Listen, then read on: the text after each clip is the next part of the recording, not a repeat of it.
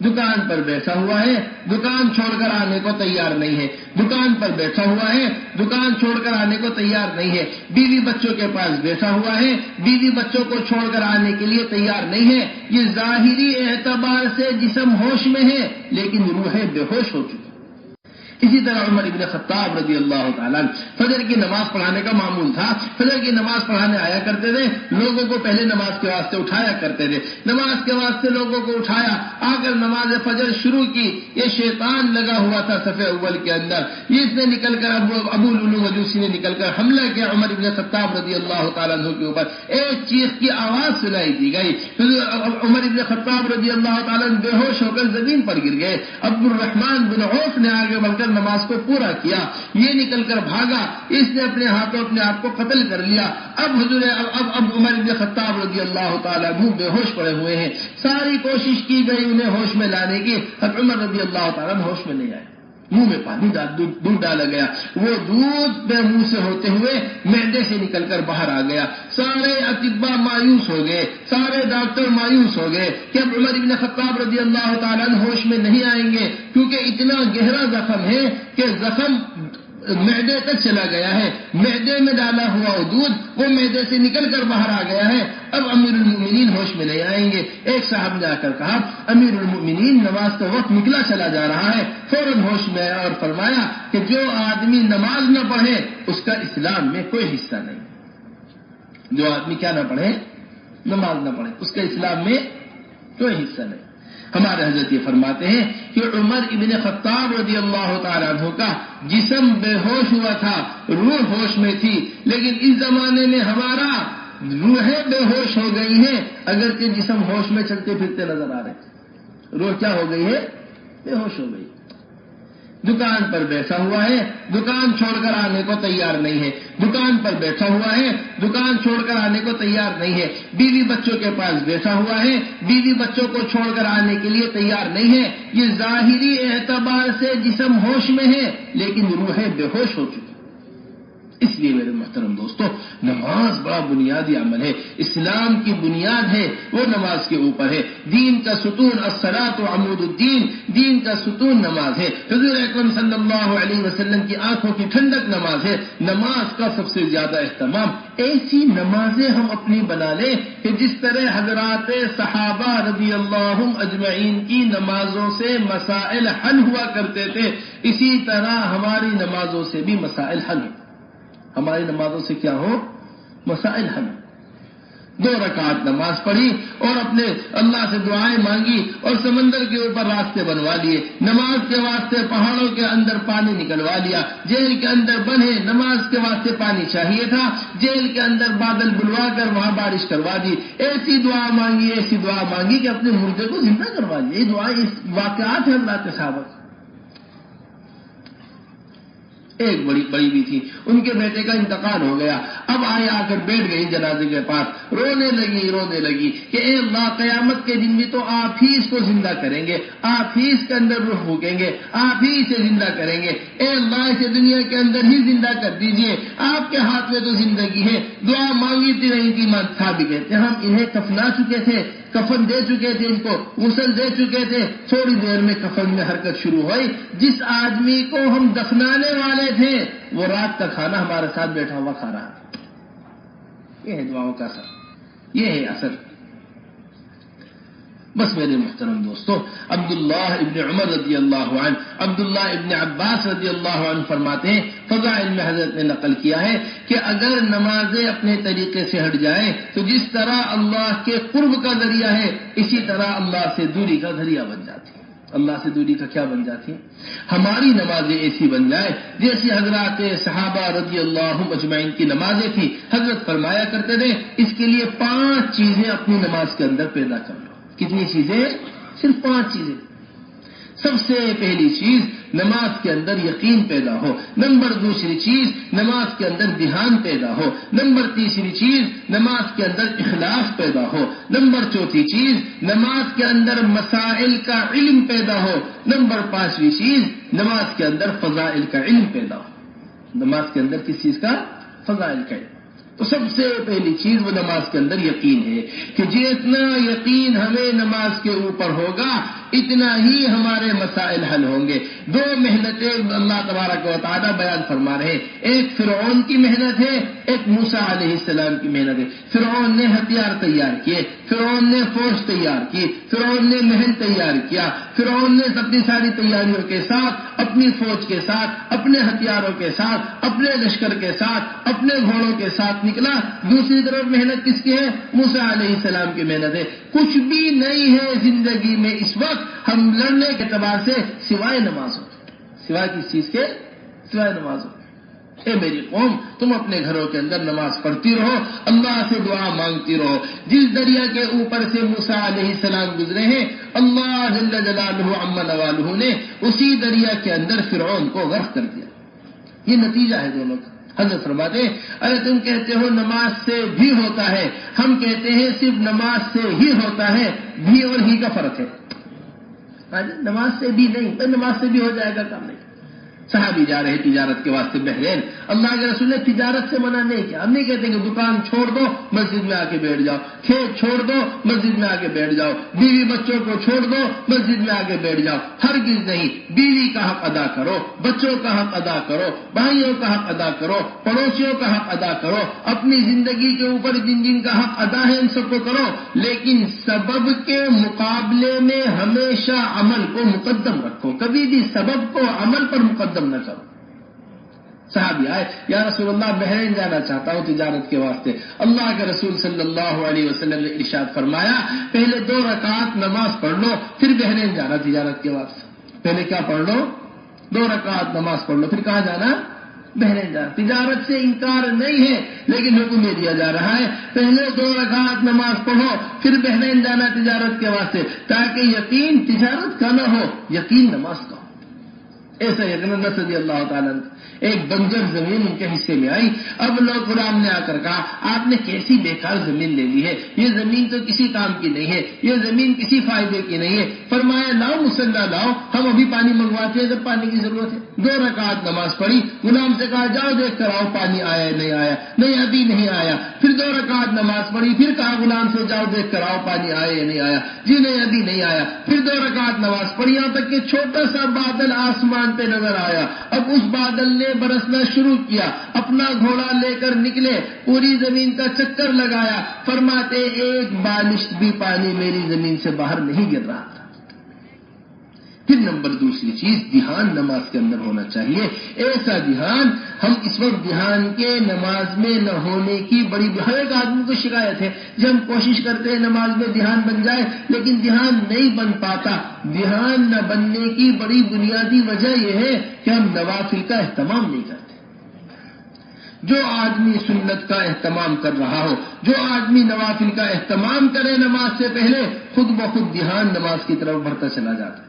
یہ دکان سے بھاگا ہوا آیا, دھیان دکان پر اٹکا رہ گیا. یہ بھاگا ہوا آیا کاروبار سے, دھیان کاروبار کے اندر رہ گیا. حضرات صحابہ رضی اللہ مجمعین کا ایسا دھیان نماز کے اندر ہوا کرتا تھا. صحابی کہہ رہے, اگر ہمارے سے متعلق کوئی بات کرنی ہو, اس وقت ہم نماز کی نیت بانا کریں, اس وقت بات کر لیا کرو, اس وقت بات کر لیا کرو, کیونکہ جب ہم نماز کی نیت باندھ لیتے ہیں پھر ہم دنیا سے کٹ جاتے ہیں. ایسا مزہ اور ایسا دھیان نماز کے اندر ہے.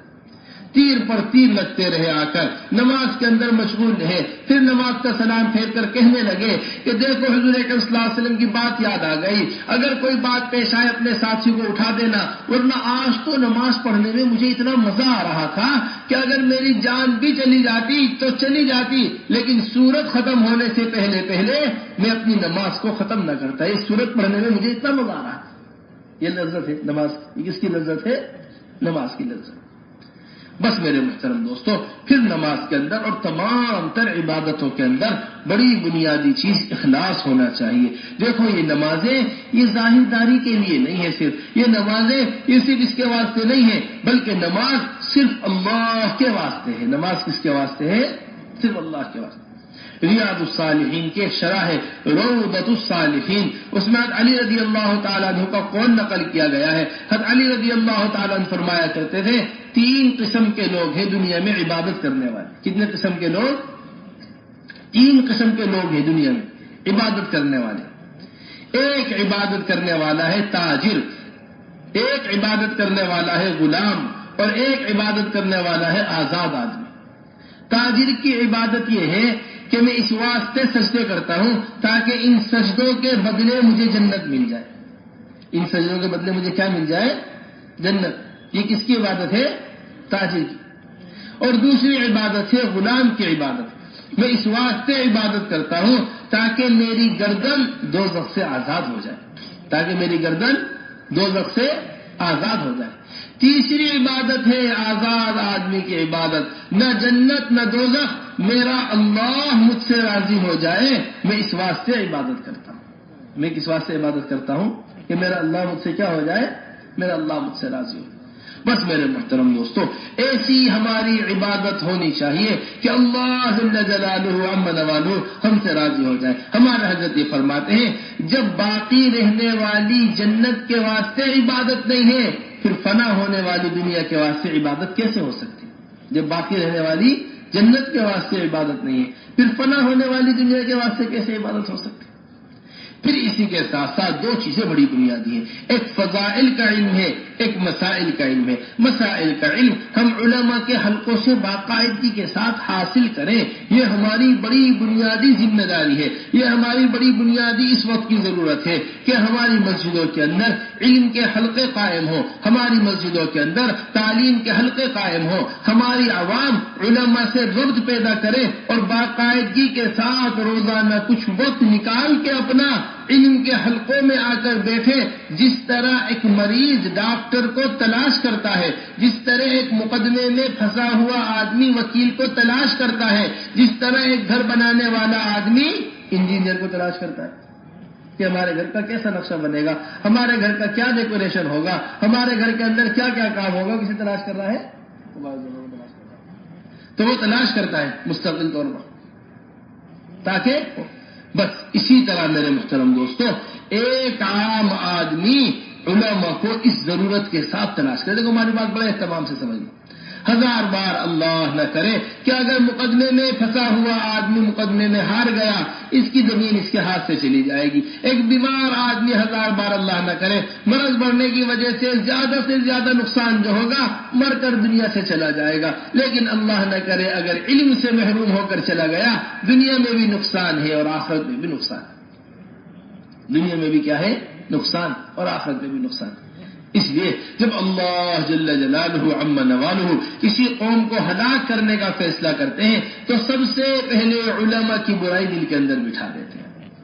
علماء سے دور ہوتا ہے آدمی، علم سے دور ہوتا ہے، علم سے دور ہوتا ہے جہالت غالب ہوتی ہے اور جہالت ہلاکت کی وجہ بنتی ہے۔ جہالت کس کی وجہ بنتی ہے؟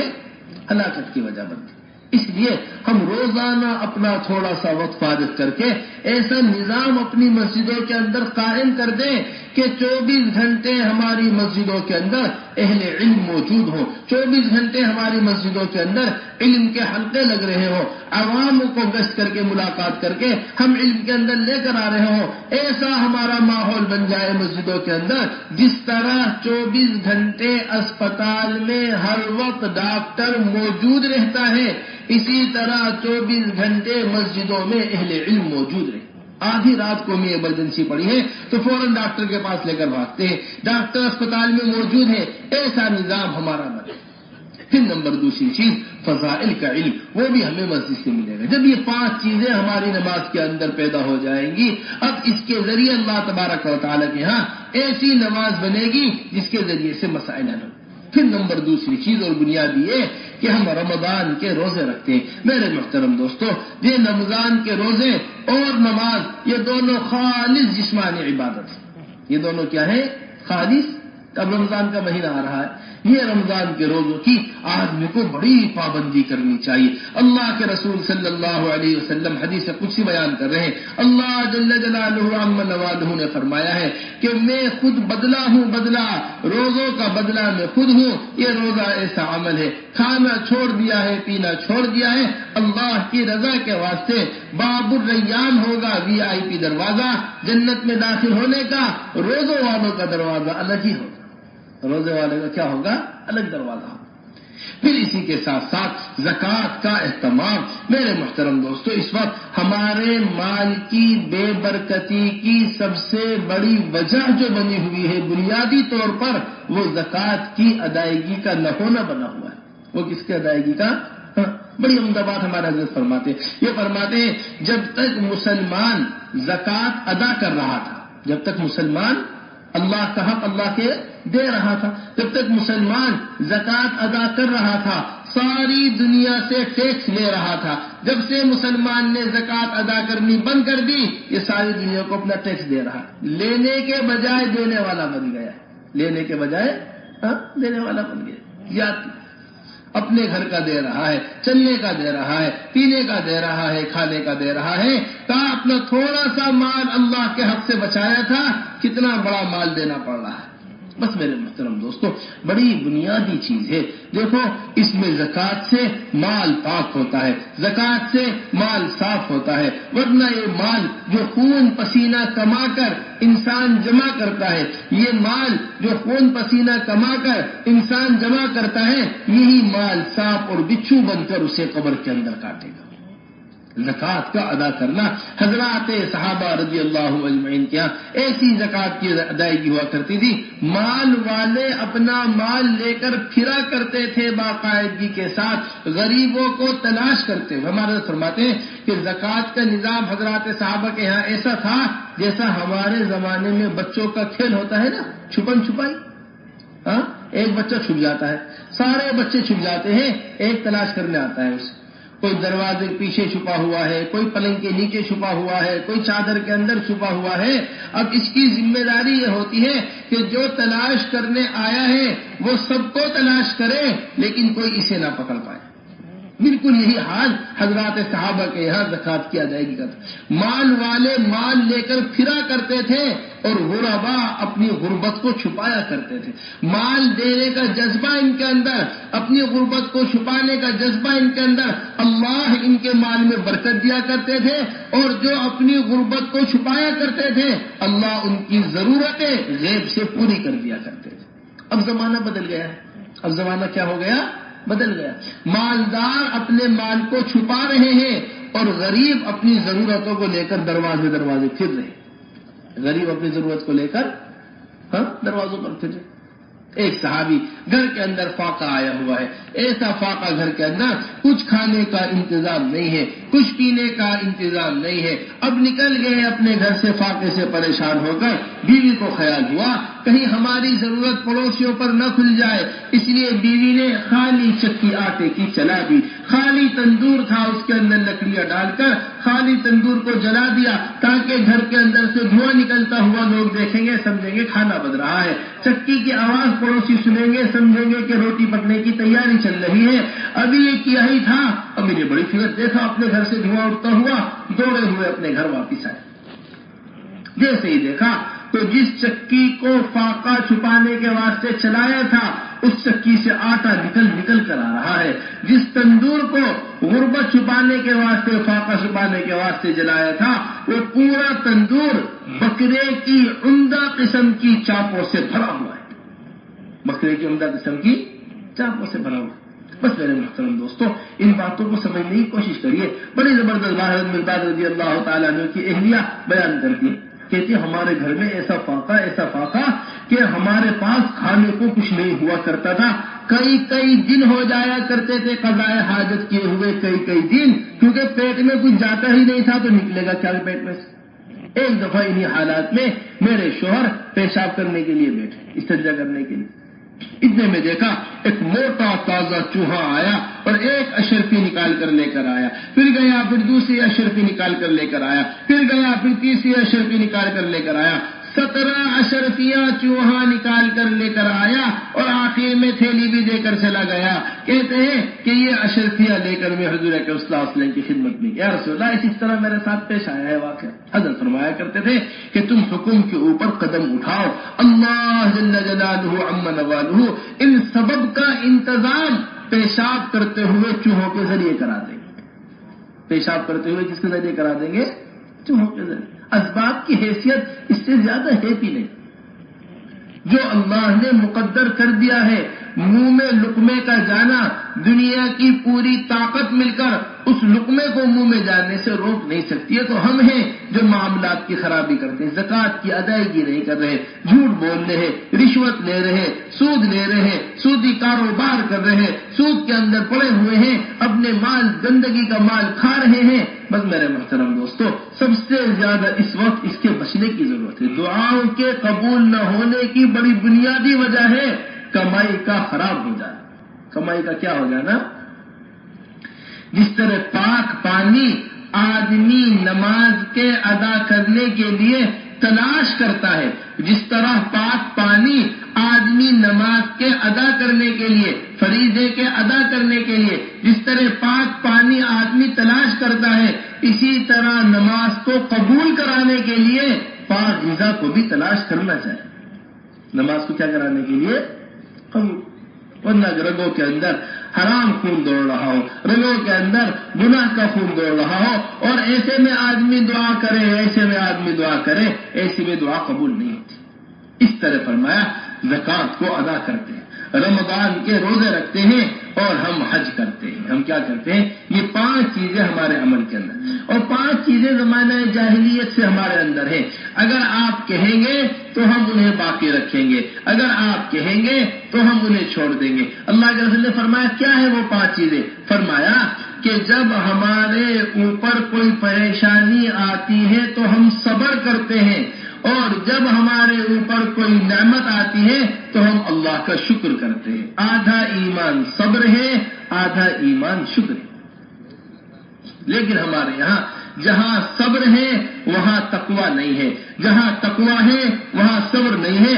اصل صبر تقوی کے ساتھ ہوتا ہے. جن کے اندر اللہ کا ڈر نہیں ہوتا, تقویٰ نہیں ہوتا, اللہ کے حکم کو پورے نہیں کرتے, وہ مظلوم نہیں ہوتے, وہ تو خود ظالم ہوتے ہیں. وہ تو خود کیا ہوتے ہیں؟ خود ظالم ہوتے ہیں. صبر اور تقویٰ, ڈر اللہ تبارک و تعالی. ہمارا حضرت فرماتے ہیں کہ بغیر تقوی کے صبر کرنا ایسا ہے, بغیر تقوی کے صبر کرنا ایسا ہے جیسے پولیس کی مار پر چوروں کا صبر کرنا ہو. چور جو ہے نا صبر کرتا ہے, تھانے کے اندر پھٹ رہا ہے اور کیا کرتا رہتا ہے؟ صبر کر رہا ہے. سارے دنیا کے چور بھی اگر صبر کرتے رہیں, ان کی صبر پر مدد نہیں آئے گی. کیوں؟ کیونکہ یہ چوری کا ارادہ لے کر بیٹھے ہوئے ہیں, دل کے اندر ڈر نہیں ہے اللہ کا. اللہ کا ڈر ہوتا ہے جو آدمی کو چوری چھٹواتا ہے, جو آدمی کو غلط چیز سے روکتا ہے, جو آدمی کو غلط چیز سے روکتا ہے. بس سب سے بنیادی چیز, اصل کامیابی کی جڑ وہ صبر اور تقویٰ ہے. حضرت فرمایا کرتے تھے کہ اگر آدمی سخت سے سخت حالات کے اندر ہے اور اس میں رہتے ہوئے تقوی کو اختیار کرے, 7 آسمان لوہے کے ہو جائے, 7 زمین لوہے کی ہو جائے, اور اس کے اندر آدمی صبر تقوی اختیار کر لے, اللہ جل جلالہ عما نوالہ ان 14 طبق سے نکلنے کا راستہ بنا دیتے. ان 14 طبق سے یہ ہمیں شیطان کا بہت بڑا دھوکہ لگا ہوا ہے. ابھی ہم اپنی تجارت کے اندر مجبور ہیں. اگر یہ مجبوری نہ ہوتی تو ہم بھی پاک کمائی کرتے. ہم اپنی تجارت کے اندر مجبور ہیں, ہم فلاں ماحول کے اندر مجبور ہیں, اس واسطے ہم یہ لباس پہنتے ہیں. ہم فلاں ماحول سے مجبور ہیں, اس واسطے ہم نمازیں چھوڑتے ہیں. ہم فلاں ماحول سے مجبور ہیں. کوئی مجبوری نہیں ہے, صرف شیطان کا دھوکہ ہے. کوئی کسی قسم کی کیا نہیں ہے. کمروں کے اندر کمرہ, کمروں کے اندر کمرہ, دروازوں کے اندر دروازے بند. یوسف علیہ السلام ہے, یہاں یوسف علیہ السلام نے تقوی اختیار کیا ہے. قدم اٹھایا, جس دروازے پر پہنچا کرتے تھے وہ دروازہ پہنچنے سے پہلے ہی کھل جایا کرتا تھا. یہ دونوں چیزیں یوسف علیہ السلام کو پورا واقعہ دونوں چیزوں کے اوپر ہے. 2 باتیں جو ہم نے آپ کے سامنے رکھی. بھائیوں کے مقابلے میں صبر کیا, زلیخا کے مقابلے میں تقوی اختیار کیا, اور آخر میں اپنا واقعہ جہاں ختم کرتے ہیں جا کر وہاں یہ کہتے ہیں انہ من یتقی ویصبر فان اللہ لا یضیع اجر المحسنین. انہ من یتقی ویصبر فان اللہ لا یضیع اجر المحسنین. اللہ تعالیٰ ہرگز ضائع نہیں کرتے کنہیں؟ تقوی والوں. اللہ تعالیٰ ہرگز ضائع نہیں کرتے صبر کرنے والوں. اس واسطے صبر کوئی معمولی چیز نہیں ہے. جب ہم نے بہت صبر کیا ہمارا تو کام نہیں چل رہا, اب سر سے اوپر پانی چلا گیا ہے, اب حد ہو گئی ہے, اب ہمارے سے صبر نہیں ہوتا, حضرت ابو ذر الغفاری سے فرما رہے حضور اکرم اے ابو ذر مدینے والے تمہیں نکالیں گے کیا کرو گے؟ یا رسول اللہ میں ملک شام چلا جاؤں گا۔ اے ابو ذر ملک شام والے تمہیں نکالیں گے پھر کیا کرو گے؟ یا رسول اللہ میں مدینہ منورہ آ جاؤں گا۔ اے ابو ذر تمہیں مدینے والے پھر نکالیں گے کیا کرو گے؟ یا رسول اللہ میں تلوار لے کر ان کا مقابلہ کروں گا۔ نہ ابو ذر مقابلہ مت کرنا، صبر کرتے کرتے ہمارے پاس تک آ جانا۔ یہ ابو ذر صبر والے آدمی بھی ہے، تقوی والے آدمی بھی۔ کون ہے؟ صبر بھی ہے اور کیا ہے؟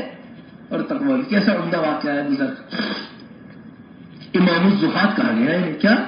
زاہدوں کے امام ابو ذر الغفاری، انہوں نے مذہب اختیار کیا تھا کیم من النار و کیان من النار، یہ جس آدمی کی ضرورت سے زیادہ 1 درہم اس کے پاس ہے وہ گرم کر کے اس کے جسم پہ لگایا جائے گا، جس سے 2 درہم زیادہ ہے وہ گرم کر کے اس کے جسم پہ لگایا جائے گا۔ زاہدوں کے امام الزہاد ابو ذر الغفاری رضی اللہ تعالی، بڑے مزے کا واقعہ، بڑا عجیب و غریب واقعہ ان کی وفات کا ہے۔ جب ان کی وفات ہونے لگی تو وہ جنگل میں تھے، ایسے ہی ہوا مدینے سے نکالے گئے، ملک شام چلے گئے، پھر دوبارہ واپس آئے مدینہ منورہ، اور پھر انہوں نے مدینے سے نکل کر ایک جنگل کے اندر اپنے قیام گاہ بنا لی، لوگوں سے یکسوئی ہو گئے، لوگوں سے الگ ہو گئے تھے جنگل کے اندر۔ اب جب انتقال کا وقت آیا تو بیوی رونے لگی، کہنے لگی آپ مدینے میں ہوتے، لوگ کفن دیتے، مدینے والے نماز جنازہ پڑھتے، اور یہاں کون آئے گا جنگل میں نماز جنازہ پڑھنے کے واسطے؟ فرمانے لگے نہیں، ان قریب اللہ کے رسول نے فرمایا تھا ہم لوگ اللہ کے رسول کے پاس بیٹھے ہوئے تھے، اللہ کے رسول صلی اللہ علیہ وسلم نے اس وقت ارشاد فرمایا تھا تم میں سے ایک آدمی کا انتقال جنگل میں ہوگا اور بہترین لوگ ہوں گے جو اس کی نماز جنازہ پڑھیں، تم فکر نہ کرو، ان قریب میرے نماز جنازہ پڑھانے کے واسطے لوگ آئیں گے۔ اب بیوی بار بار ٹیلے پہ چڑھتی، جا کر دیکھتی کوئی آیا ہے یا نہیں آیا، پھر واپس آ کر ان کی تیمارداری میں لگ جاتی، پھر دوبارہ جا کر دیکھتی کہ کوئی آیا یا نہیں آیا، پھر آ کر ان کی تیمارداری کے اندر لگ جاتی۔ دیکھا سامنے سے ایک لشکر چلا آ رہا ہے، وہ گئے ان کے پاس، جا کر پوچھا کہ کون ہو تم لوگ؟ ارے تم عورت اکیلی جنگل میں کیا کر رہی ہو؟ کہنے لگی ایک مسلمان مر رہا ہے، ایک مسلمان کا انتقال ہو رہا ہے، کیا تم اس کی نماز جنازہ نہیں پڑھاؤ گے؟ کسی کا انتقال ہو رہا، یہاں جنگل میں کون مسلمان ہے ایسا؟ انہوں نے کہا ابو ذر الغفاری ہے۔ چیخیں نکل گئی لوگوں کی یہ بات سن کر، بظاہر یہ عبداللہ ابن عمر کا لشکر تھا جو عمرے کے واسطے جا رہا، چیخیں نکل گئی، آئے ان کے پاس، آ کر ان کو نماز جنازہ پڑھی، کفنایا دفنایا۔ پھر روایت کو نقل کیا عبداللہ ابن عمر نے کہ ہم حضور اکرم صلی اللہ علیہ وسلم کے ساتھ ایک سفر میں جا رہے تھے، ابو ذر سفر سے راستے سے ہٹ کر چل رہے تھے، اللہ کے رسول نے فرمایا ابو ذر کیوں راستے سے ہٹ کر چل رہے ہو؟ پھر دیکھ کر کہنے لگے ابو ذر سے اے ابو ذر تم اکیلے مرو گے، تم اکیلے رہو گے، تم اکیلے مرو گے، اور اے ابو ذر تم قیامت کے دن اکیلے ہی اٹھائے جاؤ۔ میرے محترم دوستو، یہ متقیوں کے لوگ تھے، یہ پرہیزگار لوگ تھے، یہ کامیاب لوگ تھے، رضی اللہ عنہم ورضوا عنہ، اللہ ان سے راضی، یہ اللہ سے راضی تھے۔ اس واسطے ہماری کامیابی مال جمع کرنے میں نہیں ہے، ہماری کامیابی دکانیں چمکانے میں نہیں ہے، ہماری کامیابی کاروبار کو بڑھانے میں نہیں ہے، بلکہ یہ اسباب کامیابی ہے جو حضور اکرم صلی اللہ علیہ وسلم نے بتائے۔ تقویٰ ہمارے اندر ہو، صبر ہمارے اندر ہو، انصاف ہمارے اندر ہو، محبت ہمارے اندر ہو، یہ 5 چیزیں انہوں نے بتائی کہ ہم دشمن کے مقابلے پر جب اترتے ہیں، اگر ہمارے دشمن کے اوپر حالات آتے ہیں، ہم دشمن کے اوپر آئے ہوئے حالات سے خوش نہیں ہوتے، بلکہ ہم دشمن کے اوپر اگر حالات آتے ہیں تو ہم کبھی خوش نہیں ہوتے، اور جو فیصلہ اللہ تبارک و تعالیٰ کرتے ہیں ہم اس فیصلے کے اوپر راضی رہتے ہیں۔ یہ 15 خصلتیں ہیں جو ہمارے اندر موجود ہیں۔ اللہ کے رسول صلی اللہ علیہ وسلم خوش ہو گئے، اس میں فرمایا فقہاء ادبا کادوا ان یکونوا انبیاء، یہ تو سب کے سب دین کی سمجھ رکھنے والے لوگ ہیں، یہ بڑے با ادب لوگ ہیں، اور قریب تھا کہ یہ سب کے سب کیا ہوتے؟ یہ سب کے سب نبی ہوتے۔ بس میرے محترم دوستو، اب یہ خصلت ہے، بہت اہم بات آپ سے عرض کر رہے ہیں، اب یہ خصلتیں، اب یہ صفات یہ بکھر کر رہ گئی ہیں، پورے الگ الگ ہو کر رہ گئی۔ یہ دیکھو اچھی طرح سمجھیے گا ہمارے بات کو، بعض لوگوں کو عبادات پسند آئی، وہ عبادات کو لے کر ایک کونے میں ہو گئے، بعض لوگوں کو علم پسند آیا، وہ علم کو لے کر ایک کونے میں ہو گئے، بعض لوگوں نے ذکر اختیار کیا، وہ ذکر کو لے کر ایک کونے میں ہو گئے، بعض لوگوں نے اخلاق کو اختیار کیا، وہ اخلاق لے کر ایک کونے میں ہو گئے، بعض لوگوں نے معاملات لیے، وہ معاملات لے کر ایک طرف ہو گئے۔ حضور اکرم صلی اللہ علیہ وسلم کے یہاں یہ تمام تر چیزیں ایک ایک امتی کے اندر پائی جایا کرتی تھی۔ ان اصحابی کالنجوم، میرے صحابہ ستاروں کی طرح ہے، کسی ایک کی بھی اتباع کر لو منزل کو پہنچ جاؤ گے۔ یہ حضرات صحابہ رضی اللہ اجمعین کی ہاں جو تمام تر خوبیاں مجموعے کے اندر تھی، اس کی وجہ یہ تھی کہ ہر خوبی کو لے کر آدمی عوام میں اترا ہوا تھا۔ اب دین تقسیم ہو کے رہ گیا۔ ایسے لوگ ملیں گے آپ کو جو یہ کہتے ہیں نعوذ باللہ ثم نعوذ باللہ، ارے میاں اخلاق اچھے ہونے چاہیے، معاملات آدمی کے اچھے ہونے چاہیے، روزے نماز سے ہوتا چاہیے۔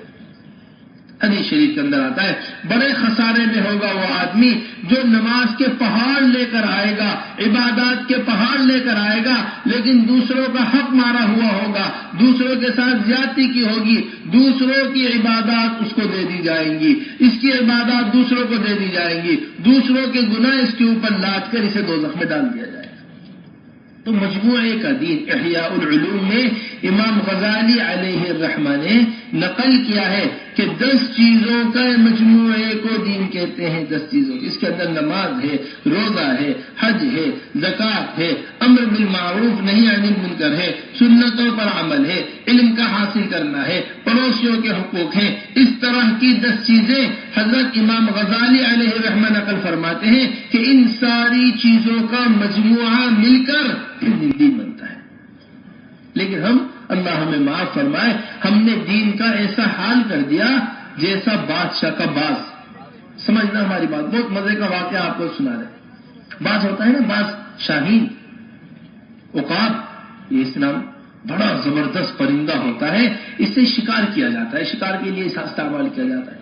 ایک بادشاہ نے باز پالا تھا، اب باز پالا جب رکھا اپنا باز، تو اب اس باز سے شکار کیا کرتا تھا۔ ایک دفعہ باز اڑا چلا جا رہا تھا، اچانک کوئی بات پیش آئی اور وہ باز اڑتے اڑتے زمین پر گر گیا، اور گرا کہاں جا کر؟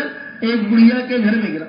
حضرت جی مولانا یوسف صاحب سے بیان کیا کرتے تھے، ایک بڑھیا کے گھر میں گر گیا جا کر۔ اب بڑھیا نے دیکھا ایک بڑا لمبا چوڑا بہترین پرندہ ہے، بڑے بڑے بال ہیں، وہ آ کر گھر کے اندر گرا۔ اب بڑھیا کو بڑا خیال آیا کہ دیکھو تو صحیح بیچارے کا کیا حال ہو گیا۔ سب سے پہلے اس کے پر دیکھے، اتنے بڑے بڑے پر ہیں، کیسے نہاتا ہوگا، کیسے اڑتا ہوگا، کس میں جوئیں نہ پیدا ہو گئی ہو، اس میں کوئی پریشانی نہ ہو گئی ہو۔ پکڑ کے سارے پر کاٹ دیے اس کے، دن پروں سے وہ آسمانوں میں اڑا کرتا تھا۔ تھوڑی دیر میں نگاہ پڑی چونچ کے اوپر، ارے اس کی چونچ تو آگے سے مڑی ہوئی ہے پوری، اس کی چونچ تو آگے سے پوری کیا ہے، مڑی ہوئی ہے، یہ کیسے دانا چگے گا، یہ کیسے دانا کھائے گا، اس کی چونچ کاٹ دی۔ تھوڑی دیر کے اندر نگاہ پڑی اس کے پنجوں کے اوپر، اتنے بڑے بڑے پنجے، اتنے بڑے بڑے ناخن، کسی نے ان کے ناخن نہیں دیکھے، کسی نے اس کے ناخن، جس سے پرندوں کو پکڑتا ہے، جس سے شکار کرتا ہے، تھوڑی دیر میں پکڑ کے اس کے ناخن کاٹ دی۔ اب وہ باز جن پروں سے اڑا کرتا تھا، جس چونچ سے پھاڑتا ہے، جس پنجوں سے پکڑتا ہے، کوئی چیز باقی نہیں رہی۔ حضرت فرمایا کرتے تھے جس طرح بڑی بی نے اپنے دماغ سے باز کو برباد کر دیا، اسی طرح ہم نے اپنے دماغ سے دین کو برباد ختم کر دیا۔ ہم نے اس طرح اپنے دماغ سے دین کو کیا کر دیا، ختم۔ ارے کیا ضرورت نعوذ باللہ زکوٰۃ کی، ہمیں کیا ضرورت ہے اتنا مال دینے کی، اس کو ایسا کر دو، اس کو ایسا کر دو، نماز کو ایسا بنا دو، لباس کو ایسا بنا دو، چہرے کو ایسا بنا دو، عبادات کو ایسا بنا دو، جس کے جو سمجھ میں آیا اس نے وہ دین کے اندر تبدیلی کی۔ بس میرے محترم دوستو، یہ اصل بات ہے۔ حضرت فرمایا کرتے تھے ایسا رعب اللہ جل جلالہ عما نوالہ نے دیندار زندگی کا رکھا تھا۔ نصرت بالرعب مسیرۃ شہر او شہرین، 1 مہینے کے فاصلے، 2 مہینے کے فاصلے پر اگر دشمن ہوتا تھا وہ رعب سے کب کپایا جایا کرتا تھا، کب کپایا جایا کرتا تھا۔ شیر جیسا رعب تھا، شیر آ جائے نا کسی جنگل میں، جنگل سے نکل کر شہر میں شیر آ گیا، ایک دفعہ دھاڑے گا تو بڑے سے بڑا آدمی بھی کھڑکی سے باہر نکلنا، دروازے سے باہر نکلنا، کھڑکی سے جھانکنا پسند نہیں کرے گا، پتہ نہیں کس گلی میں شیر سے ملاقات ہو جائے۔ کس گلی میں؟ حضرت فرماتے تھے ہم نے اپنے آپ کو جنگل کے شیر سے ہٹا کر سرکس کا شیر بنا لیا ہے. کہاں کا شیر بنا لیا؟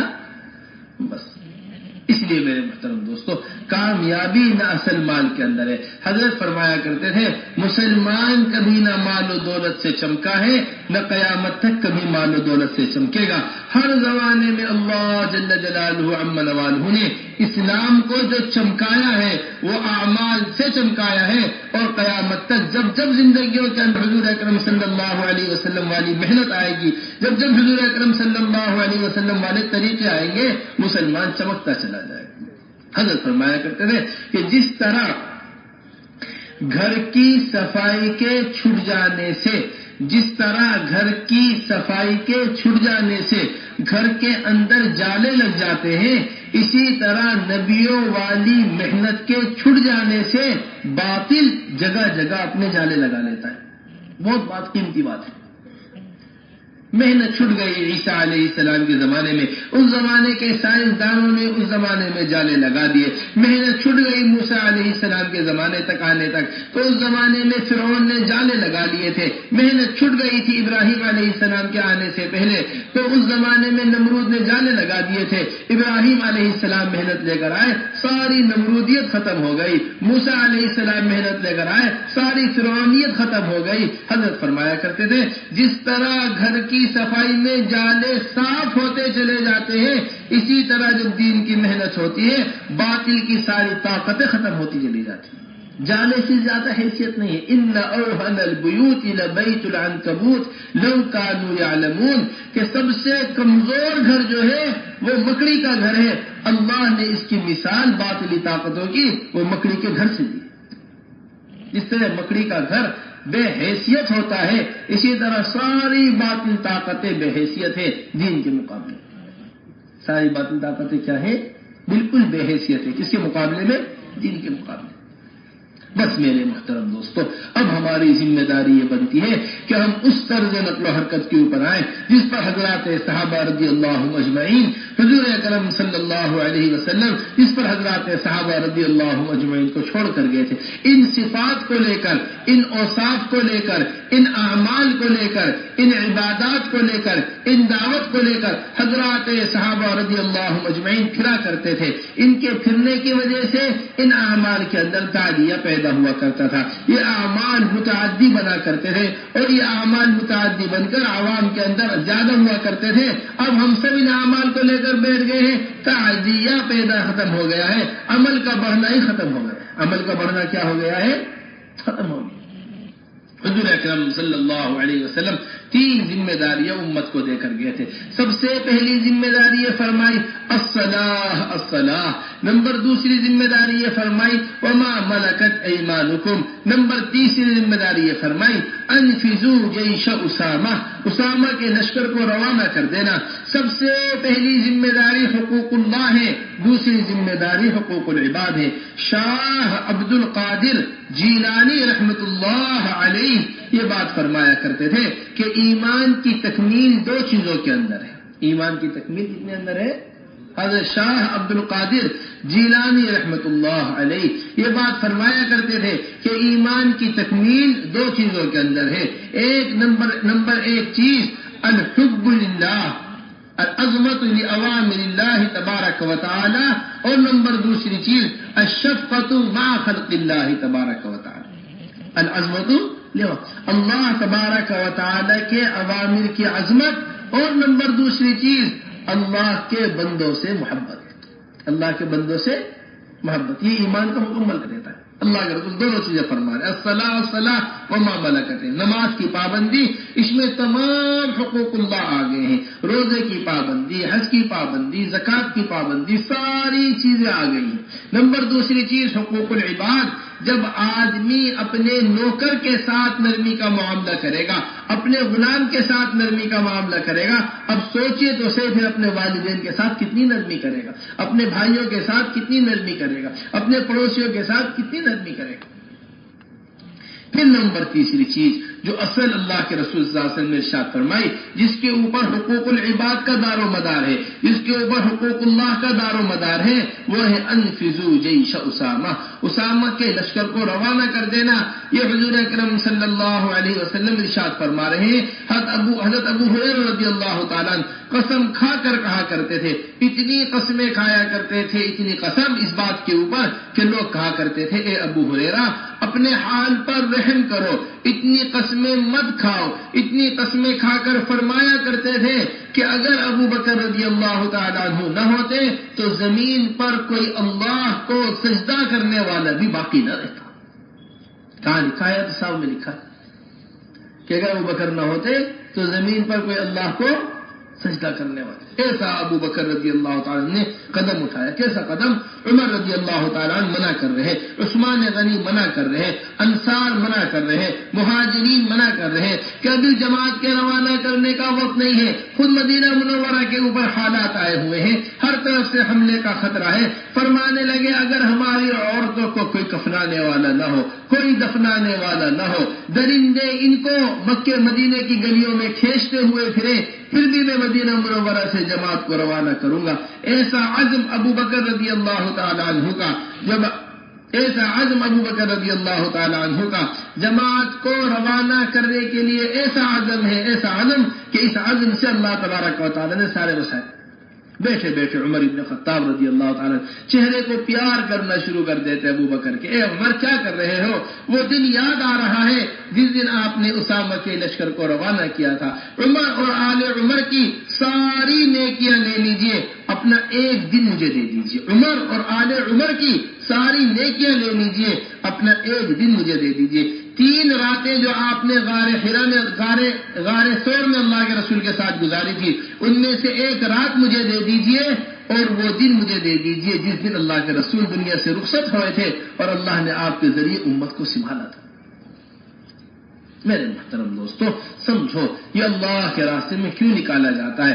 اللہ کے راستے میں نکالنے کا اصل مقصد اللہ کا حکم ہے، انفروا خفافا وثقالا، ہلکے ہو یا بھاری ہر حال میں اللہ کے راستے میں نکلو۔ یا ایھا الذین آمنوا ما لکم اذا قیل لکم انفروا فی سبیل اللہ ثاقلتم الى الارض ارضیتم بالحیاة الدنیا من الآخرہ فما متاع الحیاة الدنیا فی الآخرة الا قلیل الا تنفروا يعذبكم عذابا علیما ویستبدل قوما غیرکم۔ اے ایمان والو، تمہیں کیا ہو گیا؟ جب اللہ کے راستے میں تمہیں نکلنے سے کہا جاتا ہے تم زمین کے اوپر بوجھل ہو جاتے ہو۔ حضرات صحابہ رضی اللہ مجمعین ان آیتوں کو پڑھ کر اللہ کے راستے میں نکلا کرتے تھے۔ انفروا خفافا وثقالا، ہلکے ہو کے بھاری ہر حال میں اللہ کے راستے میں نکلو۔ حضرت ابو ایوب انصاری رضی اللہ تعالیٰ عنہ کو بڑھاپا ہے، بڑھاپے میں اللہ کے راستے میں نکل لے۔ لوگوں نے کہا کہ آپ بوڑھے ہیں، کہاں جائیں گے اس بڑھاپے میں اللہ کے راستے میں؟ فرمانے لگے ہلکے ہو یا بھاری ہر حال میں اللہ کے راستے میں نکلو۔ یہ آیت مجھے بیٹھنے نہیں دیتی۔ حضرت مقداد رضی اللہ تعالیٰ عنہ یہ جسم کے بھاری آدمی ہیں، حمص میں صرافے کی دکان کے اوپر بیٹھے ہوئے ہیں اور اللہ کے راستے میں نکلنے کی تیاری کر رہے ہیں۔ ایسا بھاری جسم کہ وہ جسم لٹک رہا ہے زمین پر، اس حال میں اللہ کے راستے میں نکلنے کی تیاری کر رہے ہیں۔ لوگوں نے کہا آپ کہاں جائیں گے اس حال میں اللہ کے راستے میں؟ فرمانے لگے انفروا خفافا وثقالا، ہلکے ہو کے بھاری ہر حال میں اللہ کے راستے میں نکلو۔ یہ آیت مجھے بیٹھنے نہیں دیتی، یہ آیت مجھے بیٹھنے نہیں دیتی، میں تو اللہ کے راستے میں نکلنے کے واسطے بے قرار ہوں۔ یہ حضرت مقداد رضی اللہ تعالیٰ عنہ ہے۔ حضرت ابو طلحہ رضی اللہ تعالیٰ عنہ حضور اکرم صلی اللہ علیہ وسلم کے زمانے میں اللہ کے راستے میں پھرتے رہے۔ ابو بکر رضی اللہ تعالیٰ عنہ کے زمانے میں اللہ کے راستے میں پھرتے رہے۔ عمر بن خطاب رضی اللہ تعالیٰ عنہ کے زمانے میں اللہ کے راستے میں پھر 3 زمانے گزر گئے، 4 زمانے گزر گئے، پھرتے پھرتے اب قرآن پڑھ رہے تھے بیٹھے ہوئے، اتنے میں آیت آ گئی انفروا خفافا وثقالا، فوراً فرمایا اب تو میں ہمیشہ ہمیش کے واسطے نکلنا۔ لوگوں نے کہا آپ تو اتنا پھر چکے، فرمایا نہیں، یہ آیت اب مجھے بیٹھنے نہیں دیتی۔ اللہ کے راستے میں نکل گئے، سمندر کا سفر کر رہے تھے، سمندر کے اندر انتقال ہوا، 7 دن تک ابو طلحہ کا جنازہ کشتی کے اوپر رکھا رہا، جنازے کے اندر کوئی تبدیلی نہیں آئی، جنازے کے اندر کوئی تغیر نہیں آیا۔ میرے محترم دوستو، بات کو سمجھو اچھی طریقے سے، دل کے اوپر بات کو لینی پڑے گا۔ یہ اللہ تبارک و تعالی نے جو ہمارے طرف تقاضے متوجہ کیے ہیں، ہمارے اس اجتماع کا اصل مقصد ہی سارے دین کے تقاضوں کا پورا ہونا ہے۔ جگہ جگہ شور ہو رہا، عالمی اجتماع بمبئی کے اندر ہوا ہے۔ عالمی اجتماع کا مطلب یہ نہیں ہوتا سارا عالم ایک جگہ جمع ہو جائے، امریکہ کے لوگ آ جائیں، افریقہ کے لوگ آ جائیں، انگلینڈ کے لوگ آ جائیں، فلاں لوگ آ جائیں، فلاں لوگ آ جائیں۔ نہ میرے محترم دوستو، ساری دنیا بھی اگر ایک جگہ جمع ہو گئی، اس اجتماع کو عالمی اجتماع نہیں کہیں گے۔ عالمی اجتماع وہ ہوتا ہے جہاں سے سارے عالم میں جماعتیں جائیں، جہاں سے سارے عالم میں اللہ نے صلاحیت دی ہے بمبئی والوں کو، اللہ نے مالی صلاحیت دی ہے، جانی صلاحیت دی ہے۔ سارے ملک میں ایک زمانے تک پورے ملک کا دروازہ ہمارا بمبئی ہوا کرتا تھا۔ جب جہازوں کا سفر شروع نہیں ہوا تھا، سارے پانی کے جہاز آ کر کہاں لگتے تھے؟ ہمارے۔ بس میرے محترم، سارے عالم کے تقاضے پورے کرنا ہماری ذمہ داری ہے۔ اس طرح ہم اپنے شہر بمبئی کو خالی کر دیں، تمام تر مسلمان اس طرح اللہ کے راستے میں نکل جائیں جس طرح حضرات صحابہ رضی اللہ مجمعین نے مدینے کو خالی کر دیا تھا۔ 3 دن تک مدینہ ایسا خالی رہا، کوئی بالغ مرد نہیں تھا عورتوں کی حفاظت کرنے والا، کوئی بالغ مرد نہیں تھا بچوں کی حفاظت کرنے والا۔ اما عائشہ رضی اللہ تعالی عنہا اس بات کو بیان کرتی ہے، 3 دن تک کوئی بالغ مرد نہیں تھا جو عورتوں اور بچوں کی حفاظت کرتا۔ اس طرح ہمارا اللہ کے راستے میں پھرنا ہونا چاہیے، اس طرح ہمارا اللہ کے راستے میں دین کے تقاضوں کو پورا کرنا ہونا چاہیے۔ اس طرح حضرات صحابہ رضی اللہ مجمعین اللہ کے راستے میں نکلا کرتے تھے۔ حضرت فرمایا کرتے تھے، آزار تو ہر ایک کے ساتھ لگے ہوئے ہیں، کسی کے ساتھ دکان کی پریشانی ہے، کسی کے ساتھ بیوی بچوں کی پریشانی ہے، کسی کے ساتھ بیماری کی پریشانی ہے، کسی کے اوپر قرضہ آیا ہوا ہے، کوئی گرمی میں نکلنا نہیں چاہتا، کوئی سردی میں نکلنا نہیں چاہتا۔ حضرت فرمایا کرتے تھے، جب بھی تمہیں کوئی عذر پیش آیا کرے اللہ کے راستے میں نکلنے میں، اپنے عذر کو حضرات صحابہ رضی اللہ اجمعین کے عذر میں تلاش کیا کرو۔ تمہارا کوئی عذر ایسا نہیں ہوگا جس کو قربان حضرات صحابہ نے نہ کر دیا۔ بیماری ہے گھر کے اندر، اس حال میں اللہ کے راستے میں نکل لے۔ گھر کے اندر خود بیمار ہے، اس حال میں اللہ کے راستے میں نکل لے۔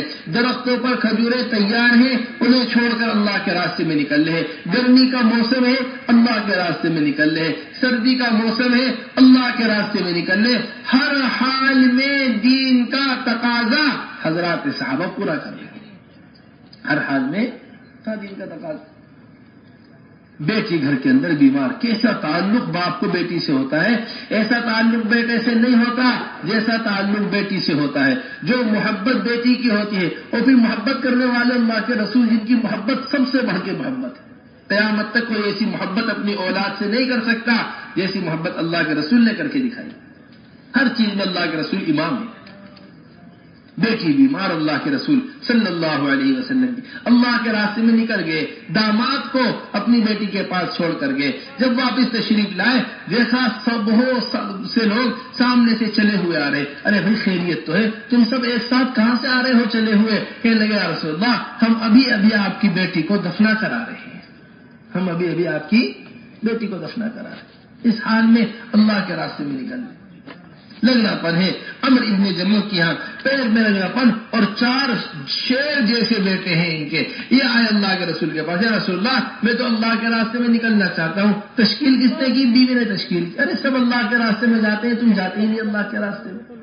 تمنا کر کے نکلے، اللہم لا تردنی الی اہلی، اے اللہ اب میں پلٹ کر اپنے گھر واپس نہیں جانا چاہتا، اللہ کے راستے میں نکل کر ہی مرنا چاہتا ہوں۔ احد کے اندر شہید ہوئے، ساری کوشش کی جنازے کی لے کر آنے کی کہ جنازہ مدینہ منورہ آ جائے، جنازہ مدینے کی طرف نہیں چلا۔ پھر جنازے کو اونٹ کے اوپر رکھا، اونٹ کو مدینے کی طرف کھینچنا چاہا، اونٹ مدینے کی طرف نہیں چلا۔ اللہ کے رسول نے پوچھا، جاؤ گھر والوں سے پوچھ کر آؤ کیا تمنا کر کے نکلے تھے گھر سے؟ گھر والوں سے جا کر پوچھا تو گھر والوں نے بتایا یہ تمنا کر نکلے تھے، اے اللہ میں پلٹ کر مدینے واپس نہیں آنا چاہتا۔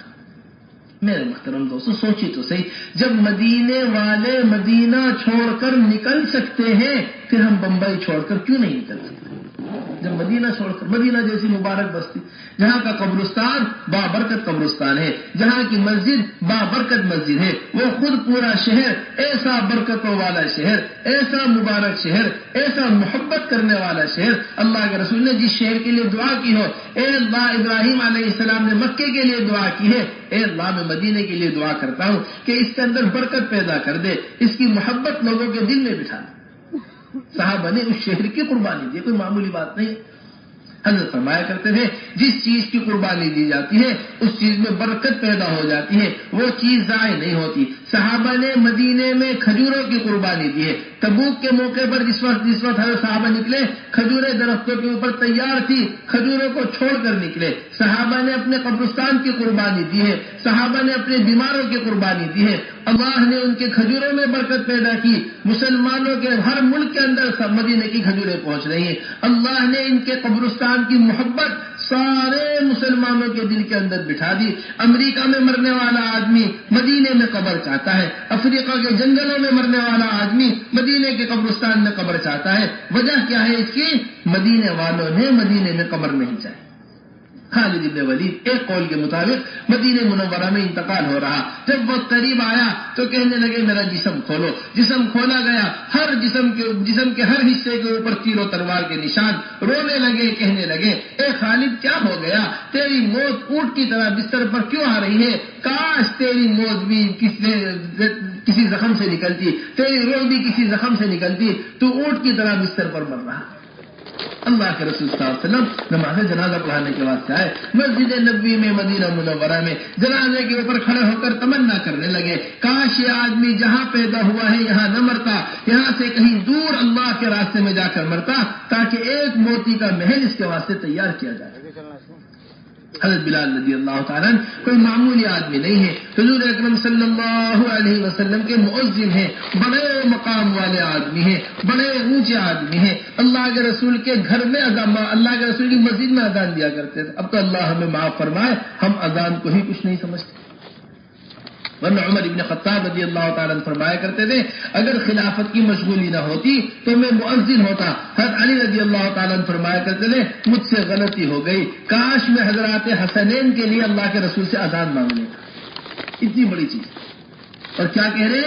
ابو بکر رضی اللہ تعالیٰ عنہ کے پاس آئے، حضور اکرم صلی اللہ علیہ وسلم کے دنیا سے رخصت ہو جانے کے بعد کہنے لگے اللہ کے راستے میں پھرنا تو بہت بڑی بات ہے، اللہ کے راستے میں پھرنا بہت بڑی بات ہے۔ میں مدینہ چھوڑ کر اللہ کے راستے میں نکل رہا ہوں اور ہمیشہ ہمیش کے واسطے نکل رہا ہوں۔ ابو بکر رضی اللہ تعالیٰ نے فرمایا اے بلال ہرگز ایسا مت کرنا، میں بوڑھا ہو چکا ہوں، خلافت کی ذمہ داری میرے اوپر آ گئی ہے، مجھے تمہاری سخت ضرورت ہے، تم مجھے چھوڑ کر مت جاؤ۔ رک گئے ابو بکر رضی اللہ تعالیٰ کے پاس۔ ابو بکر رضی اللہ تعالیٰ دنیا سے رخصت ہوئے، پھر عمر ابن خطاب رضی اللہ تعالیٰ کے پاس آئے، آ کر کہنے لگے امیر المؤمنین یہ اللہ کے راستے میں پھرنا تو بہت بڑی چیز ہے، میں ہمیشہ کے واسطے جا رہا ہوں۔ جو بات ابو بکر رضی اللہ تعالیٰ نے کہی وہی حضرت عمر رضی اللہ تعالیٰ نے کہی کہ میرے اوپر خلافت کی مشغولی آ گئی ہے، تم مجھے چھوڑ کر مت جاؤ، تم مجھے چھوڑ کر مت جاؤ، میں بوڑھا ہو گیا ہوں۔ فرمایا نہیں، میں نے تو فیصلہ کر لیا ہے، میں ہمیشہ کے واسطے مدینہ چھوڑنا ہوں۔ مدینہ والوں نے چھوڑا، مکے کو مکے والوں نے چھوڑا۔ میرے محترم دوستو پھر کہیں جا کر یہ دین ہمارے تک آئے، اس قربانی کی ضرورت ہے، اس قربانی کی ضرورت۔ معاذ بن جبل وہ آدمی ہے جن کے بارے میں حضور اکرم صلی اللہ علیہ وسلم نے کہا ہے واللہ یا معاذ انی لاحبک، کوئی معمولی آدمی نہیں۔ اردو میں ان کی قبر ہے، ہم ان کی قبر پر گئے تھے، ان کی قبر پر کتبے پہ لکھا ہوا ہے، کتبے کے اوپر لکھا ہوا ہے واللہ یا معاذ انی لاحبک، اللہ کی قسم اے معاذ مجھے تمہارے سے شدید محبت ہے۔ کون کہہ رہے؟ اللہ کے رسول کہہ رہے، کوئی معمولی بات ہے؟ جب اللہ کے رسول قسم کھا کر اس بات کو کہہ رہے اے معاذ مجھے تمہارے سے محبت ہے، اب سوچئے تو صحیح حضرت معاذ کو اللہ کے رسول سے کتنی محبت ہوگی۔ تو ہر ایمان کیا کمال ہے اللہ کے رسول سے محبت ہونا۔ حضرت معاذ سے کہا اے معاذ تم ملک شام چلے جاؤ، ملک شام میں جا کر دین کی محنت کرو، اور دیکھو اے معاذ جب تم ملک شام سے واپس آؤ گے تو تمہارا آنا میری قبر پر آنا ہوگا، تمہارا آنا میری قبر پر۔ اس حال میں حضرات صحابہ چھوڑ کر نکلے ہیں حضور اکرم صلی اللہ علیہ وسلم کو۔ یہ قربانیاں حضرات صحابہ رضی اللہ اجمعین نے دی ہیں، یہ قربانیاں خود حضور اکرم صلی اللہ علیہ وسلم نے دی۔ حضرت فرمایا کرتے تھے ہم حضور اکرم صلی اللہ علیہ وسلم سے محبت کا دعویٰ کرتے ہیں، ہم اپنے ایک گھر کی خواہش قربان کرنے کو تیار نہیں۔ خواہش کی بات ہو رہی ہے، ضرورت کی بات نہیں ہو رہی، خواہش کی بات۔ میری بیوی میرے بغیر کیسے رہے گی، میرے بچے میرے بغیر کیسے رہیں گے، میری دکان میرے بغیر کیسے رہے گی، میری تجارت میرے بغیر کیسے رہے گی، میرے یار دوست میرے بغیر کیسے رہیں گے۔ ہم اپنا ماحول چھوڑ کے نکلنے کو، اپنی خواہش قربان کرنے کو راضی نہیں ہیں۔ حضور اکرم صلی اللہ علیہ وسلم اپنے 9 گھروں کی ضرورت کو قربان کر رہے ہیں۔ کتنے گھروں کی؟ ایک ایک گھر کی ضرورت قربان ہو رہی ہے۔ رأیت الہلال ثم الہلال ثم الہلال، اما عائشہ فرماتی ہے ایک چاند ہوتا، دوسرا چاند ہوتا، تیسرا چاند ہوتا۔ حضور اکرم صلی اللہ علیہ وسلم کے گھروں میں سے کسی گھر کے اندر چراغ نہیں جلا کرتا تھا، آگ نہیں جلا کرتی تھی، 3 مہینے گزر جایا کرتے تھے۔ اما کس چیز کے اوپر گزارا ہوا کرتا تھا؟ الاسودان الماء والتمر، کھجور کے اوپر گزارا ہوا کرتا تھا اور پانی کے اوپر گزارا ہوا کرتا تھا۔ پانی اور کھجور کے علاوہ ہمارے گھر میں کچھ نہیں ہوا کرتا تھا۔ لیکن دین کا تقاضا کبھی رک گیا ہو ایسا آپ کو ملے گا نہیں۔ اس زمانے کے اندر سواری کی سہولت ہے، اس زمانے کے اندر کھانے کی سہولت ہے، اس زمانے کے اندر چلنے کی سہولت ہے۔ غزوہ ذات الرقاع کو غزوہ ذات الرقاع علماء نے اس واسطے میں لکھا ہے کہ اس غزوے کے اندر حضرات صحابہ رضی اللہ مجمعین کے پاس سواری تو بہت دور کی بات، پیروں میں پہننے کے لیے چپل تک کا انتظام نہیں تھا۔ پیدل چلنے کی وجہ سے پیروں کے ناخن ٹوٹ گئے تھے حضرات صحابہ رضی اللہ مجمعین کے۔ پیروں کے اوپر چیتھڑے باندھ کے اللہ کے راستے میں نکلے تھے، پیروں کے اوپر کپڑا باندھ کے اللہ کے راستے میں نکلے تھے۔ خود اس غزوے کو غزوہ ذات الرقاع اس طرح کہا گیا۔ غزوہ تبوک میں اللہ کے رسول صلی اللہ علیہ وسلم کے ساتھ 3 آدمی ایک اونٹ کے اوپر تھے، اللہ کے رسول اور 2 صحابی اور باری اونٹ کے اوپر بیٹھا کرتے تھے۔ 2 آدمی پیدل چلا کرتے تھے، ایک سواری، دونوں صحابی اللہ کے رسول سے کہتے ہیں رسول اللہ آپ سواری پر سوار رہیے، ہم پیدل چلیں گے۔ اللہ کے رسول صلی اللہ علیہ وسلم ارشاد فرماتے جس ثواب کو تم چاہتے ہو اسی ثواب کو میں بھی چاہتا ہوں۔ میرے محترم دوستو، اب دل کے اوپر بات کو اچھی طریقے سے لے لو۔ دیکھو ہمارے اجتماع کا مقصد ہی جماعتوں کو سارے عالم میں بھیجنا ہے۔ تو یہ نہیں مقامی کام کی بات ہو گئی، مستورات کی بات ہو گئی، مسجد کی آبادی ایسے کرنی ہے، فلاں ترتیب ایسے کرنی ہے، صفات اپنے اندر پیدا ہو جائے۔ ہم نے بیان کر دیا، آپ نے بیان سن لیا۔ افہام اور تفہیم کے لیے صرف جمع نہیں کیا گیا ہے، بلکہ حضرت فرمایا کرتے تھے ہمارے اجتماع کا مقصد وہ صرف اور صرف تشکیل کیا ہے؟ اللہ کے راستے میں نکلنا۔ اگر ایک آدمی اپنے گھر کو واپس جاتا ہے، ہم اسے اپنی اجتماع کی ناکامی سمجھتے ہیں، ہم اسے اپنی اجتماع کی کمزوری سمجھتے ہیں۔ ایک آدمی کے واپس جانے کا بھی ہمیں ایسا غم ہونا چاہیے جیسا ایک گاہک سے دکان سے ایک گاہک واپس چلا جاتا ہے، ایسا غم ہوتا ہے دکاندار کو۔ میری دکان پہ آیا تھا، سامان بھی دیکھ لیا تھا، پھر بھی نہیں خرید کے گیا، ہمارے پاس آیا، ہماری بات سن بھی لی، اللہ کے رسول کی بات سنی، اللہ کے راستے میں نکلنے کے فضائل سنے، پھر بھی ایک آدمی اپنے گھر پہ چلا جائے، اس سے بڑھ کے اور کیا نقصان کی بات ہے؟ اس سے بڑھ کر اور کیا نقصان کی بات ہے؟ 100% مجمع اللہ کے راستے میں نکلنے کا عزم کریں اور اس طرح نکلنے کی ترتیب قائم ہو جس طرح حضرات صاحب۔ بس میرے محترم دوستو، میں آپ سے کیا عرض کروں، اصل بنیادی وجہ نہ نکلنے کی یہ ہے کہ ہم نے دین کے اندر سستی، دین کی محنت میں سستی کرنے کو اللہ کی ناراضگی کا سبب نہیں سمجھا۔ اللہ کی ناراضگی کا حضرت فرمایا کرتے تھے ہم نے گناہ چوری کو گناہ سمجھا ہے، اور چوری بہت بڑا گناہ ہے، شراب پینا بہت بڑا گناہ ہے، زنا کرنا بہت بڑا گناہ ہے، نماز کا چھوڑنا بہت بڑا گناہ ہے۔ لیکن جس محنت کے چھٹ جانے کی وجہ سے یہ سارے گناہ وجود میں آ رہے ہوں، ابھی تک ہم نے اس محنت کے چھٹ جانے کو گناہ نہیں سمجھا۔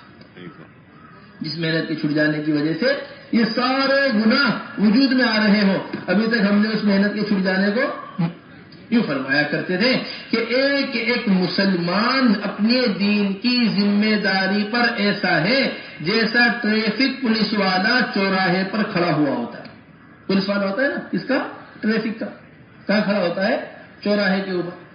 اس لائن کو چلا رہا ہے، اس لائن کو روک رہا ہے، اس لائن کو چلا رہا ہے، اس لائن کو روک رہا ہے۔ اب یہ ٹریفک پولیس والا پیشاب کرنے کے واسطے چلا گیا، اخبار پڑھنے کے واسطے چلا گیا، چائے پینے کے واسطے اپنی ذمہ داری سے ہٹ گیا اور دوسرے آدمی کو اپنی ذمہ داری پر کھڑا نہیں ہوا کیا؟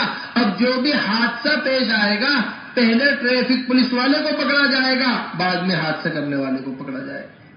بس نے لا کر گاڑی میں ٹکر مار دی، گاڑی میں لے جا کر سائیکل میں ٹکر مار دی، بھئی کہاں ہے اس نظام کو جو سنبھالا گیا؟